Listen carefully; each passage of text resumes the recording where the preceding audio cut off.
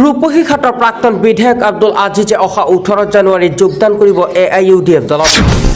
চামগুৰি সমষ্টিৰ হাতীপুখুৰীত Abdus Samad memorial higher secondary স্কুলৰ সন্মুখত দিনৰ 1টা বজাত আয়োজন কৰা হৈছে AIUDF দলৰ বিশাল যোগদান কাৰ্যসূচী। আমচুৰ প্ৰাক্তন সভাপতি তথা সংখ্যালঘু আন্দোলনৰ অন্যতম শীৰ্ষ নেতা আজিজে যোগদান কৰিব বদৰুদ্দিন আজমল নেতৃত্বাধীন দলটোত। আজিজৰ কেইবা সহস্ৰাধিক সমৰ্থকক যোগদান কৰিব AIUDF দলত। AIUDFৰ কাৰ্যকৰী সভাপতি ডাক্তৰ আদিত্য লাংথাছা, ঢিঙৰ বিধায়ক আমিনুল ইছলাম, তলগড় বিধায়ক মুজিবুৰ ৰহমানৰ উপৰিও চেঙাৰ বিধায়ক আছৰাফুল ইছলাম ও নগাঁও জিলা সভাপতি মতিউৰ ৰহমানে অংশগ্ৰহণ কৰিব উক্ত কাৰ্যসূচীত। অহা ৰবিবাৰে 1টা বজাত Hatipukhuri senior higher secondary school college প্ৰাংগণত এখন ৰাজহুৱা সভা হ'ব, তাতে মই যোগদান কৰিম।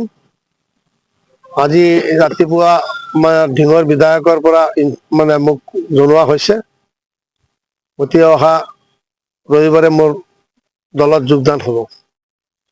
আপোনাৰ এই যোগদান সভাত ঊৰ্ধ্বতম কৰ্তৃপক্ষ বা বিধায়ক কোনে কোনে উপস্থিত থাকিব?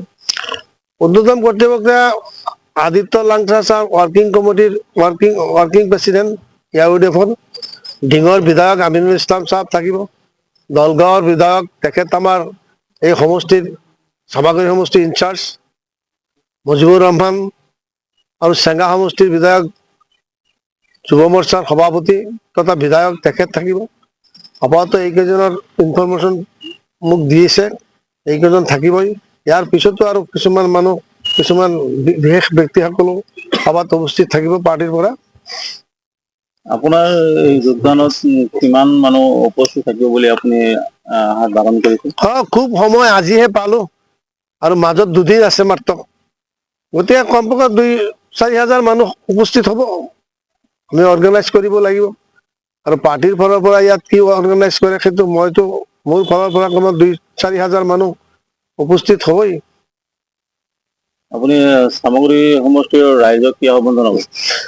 এই ক্ষেত্ৰত মই চামাগুৰি সমষ্টিৰ ৰাইজক আহ্বান জনাম যে অহা ৰবিবাৰে 1টা বজাত, দিনৰ 1টা বজাত যাতে প্ৰত্যেক এলেকাৰ পৰাই এই যোগদান সভাৰ কাৰ্যসূচী যাতে অংশগ্ৰহণ কৰে, আৰু এই ক্ষেত্ৰত মোক যাতে সহায় কৰে। গতিকে সকলো ৰাইজক মই আবেদন জনাইছো যে আপোনালোকে দলে বলে এই সভাত উপস্থিত থাকিব। আপুনি আকৌ পুনৰ স্থানটো কওকচোন, কোনটো জেগাত? স্থানটো হ'ল আপোনাৰ Hatipukhuri Abdus Samad memorial senior higher secondary school, তাৰ প্ৰাংগণতেই যোগদান সভাটো অনুষ্ঠিত হ'ব। কেইটা বজাৰ পৰা আপোনাৰ আৰম্ভ হ'ব? দিনৰ 1টা বজাৰ পৰা আৰম্ভ হ'ব। আৰু বৰ্তমান পৰিস্থিতিত আপুনি এইটো সিদ্ধান্ত কিয় ল'বলগীয়া হ'ল যে AIUDF দলক যোগদান কৰিবলগীয়া হৈছে? না, আজিৰ পৰিস্থিতিত চাওক, সঁচা কথা ক'বলৈ গ'লে আমাৰ যি বিপদ আপদ হৈ আছে, বিশেষকৈ অসমৰ মিয়া মুছলমানৰ ওপৰত বৰ্তমান গভৰ্ণমেণ্টে যিটো ইভিকশ্যনৰ নামত অত্যাচাৰ চলাইছে, আৰু বিভিন্ন ক্ষেত্ৰত যিটো আমাক ডিপ্ৰাইভ কৰিব ধৰিছে, এই ক্ষেত্ৰতো AIUDFৰ বাহিৰে, এই দলৰ বাহিৰে কোনো দলে আমাৰ স্বাৰ্থত কথা নকয়।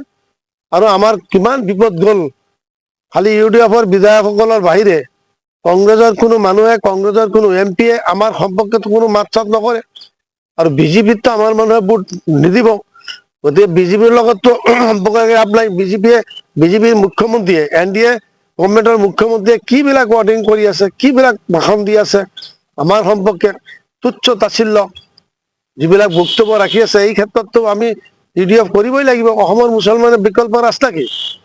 অসমৰ মুছলমানেতো অহা নিৰ্বাচনত সকলো কথা বাদ দি UDF দলত ভোট দিয়াটো উচিত হ'ব, কাৰণ UDF একমাত্ৰ দল যি দলে ৰাজনৈতিকভাৱে এই কমিউনিটিৰ কাৰণে মাত মাতি আছে, মাত মাতি থাকিব, আৰু আৰম্ভণিৰ পৰাই মাত মাতি আছে, এতিয়ালৈকে মাত মাতিব। যিমান দিনলৈকে থাকিব সিমান দিনলৈকে আমাৰ কজত তেখেতসকলে এই পাৰ্টীয়ে মাত মাতিব।